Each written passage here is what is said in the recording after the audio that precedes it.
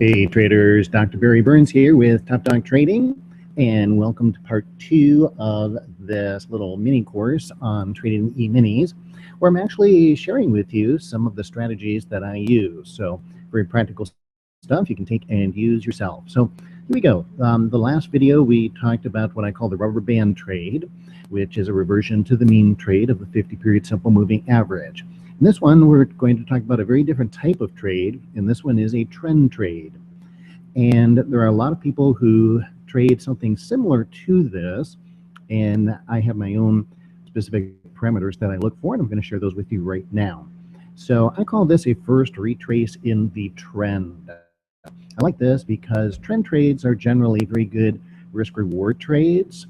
And that's because a trend is defined as the extended general direction of something. That's actually the dictionary definition. And so by that very definition, when something has a general extended direction, that means a long-term move, and that gives us a long-term profit. In other words, a good reward to risk ratio. And so for that reason, I like to trade trends, but the other part of it is getting early into a new confirmed trend. That's the key, because that's the only way to take full advantage of that large reward. So what I do is I like to take the first retrace in a new confirmed trend. Trend I confirm with the 50-period simple moving average. I have mine color coded so that when it's angling up, it's green, and when it's angling down, it's red, such as over here on the left side of the chart. So this is my cycle indicator over here. So I'm looking for the cycle indicator to come down. You see we've got 4 different lines. We got our range from the top to the bottom. And then in between the middle is, those are 45 and 55, goes from 0 to 100. And then we got it at 20 and 80. So in order to get a cycle low, we need the indicator to go down below this middle range here, which we get. We also like it to hold the 15-period exponential moving average as support. So this is one of my what I call second chance cyclic patterns. When we get one of these kind of patterns, then we have a very high probability cycle low, final cycle low, I should say, meaning that we don't have a high probability of being stopped out, and therefore the market will go up from there. So that's what we have after the 50 MA turns up. It's the first cycle low, and therefore it's the first retrace after a confirmed trend. Timing is defined by this little pattern here, and there's 6 of these second chance patterns. Don't have time to go into all of them, but I do offer a free webinar, at least at the time of the recording of this video. I have a free webinar where I take an hour and explain to everybody what these second chance patterns are. So go to topdogtrading.com and sign up for the free newsletter there, and you'll be notified of the next webinar where I give away this indicator and give you a tutorial on how to trade it. So anyway, that's it. Boom. So after that, we go up. This is your second retrace in the trend. That's another trade we can take, but it doesn't have as high a probability, and it doesn't have as good a reward to risk ratio, obviously, because you're getting late. But the reason we still will take it sometimes is because the average trend we consider to be 5 waves. These are not Elliott waves, by the way. These are just a formula where I have higher highs and higher lows. So therefore, a trend can go more than 5 waves, unlike with Elliott wave, where they force everything to do 5 waves. And so here we have a 7 wave. And with my approach and my way of counting waves, that can be very possible and does happen. But the average is 5. So of course we get some that are less and some that are more. Okay, let's look at another place on the chart. All right, so here we go again.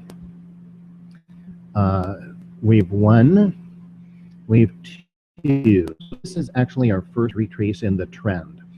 Now, would it be there or there? This is a nuance that we teach in my methodology, where we look at the details of knowing which is the final cycle low.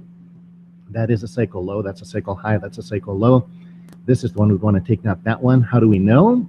Well, that's part of what we have to teach beyond the nuances of just learning trend in cycles. It has to do with momentum, and it also has to do with looking at the next higher time frame. We'll go into that in another lesson. Right now, I just want to show the effectiveness of taking that first retrace in the trend. And again, There's wave 1, 2, 3, 4, there's 5. Now, this one actually continues to go up. 6, 7, 8, 9, 10, 11 waves. Pretty crazy. Very extended trend. But again, that happens. Then we start a new trend. And now this one only lasts 3 waves. Now, we say we start a new trend because the 50 MA goes flat here. So there's the trend discontinues. We make lower lows here. Momentum, this is my momentum indicator, that goes very dramatically bearish. And so therefore, it takes a break in that upward strong move. So then we start our wave counts all over again. 1, 2, 3. This one only puts in 3 waves. And that's another reason why taking the first retrace in the trend is a higher probability trade, because every trend that is confirmed has a minimum of 3 waves. So if you try to take the second retrace in a trend, if the trend doesn't continue, well, you won't have a successful trade. The first retrace in the trend, as long as the trend does continue, it'll always be a winner, at least for half of the cycle there. But and that's also why we say that trend has an average of 5 waves, because not all of them go 5, some only go 3. Okay, so well, that's enough today. You get the general idea. Trading early in a new trend is one of the keys to trend trading. Whether you use my approach or some others, whichever rules you use, whichever indicators you use, there's the famous saying that the trend is your friend until the end. And one of the things to glean from that is to only trade trends early in a new trend. Don't get in too late, because then the probability of it falling through have lessened. Another thing I'll throw in here, which we'll go into in a future lesson, is also never trade a trend without knowing the momentum of that trend.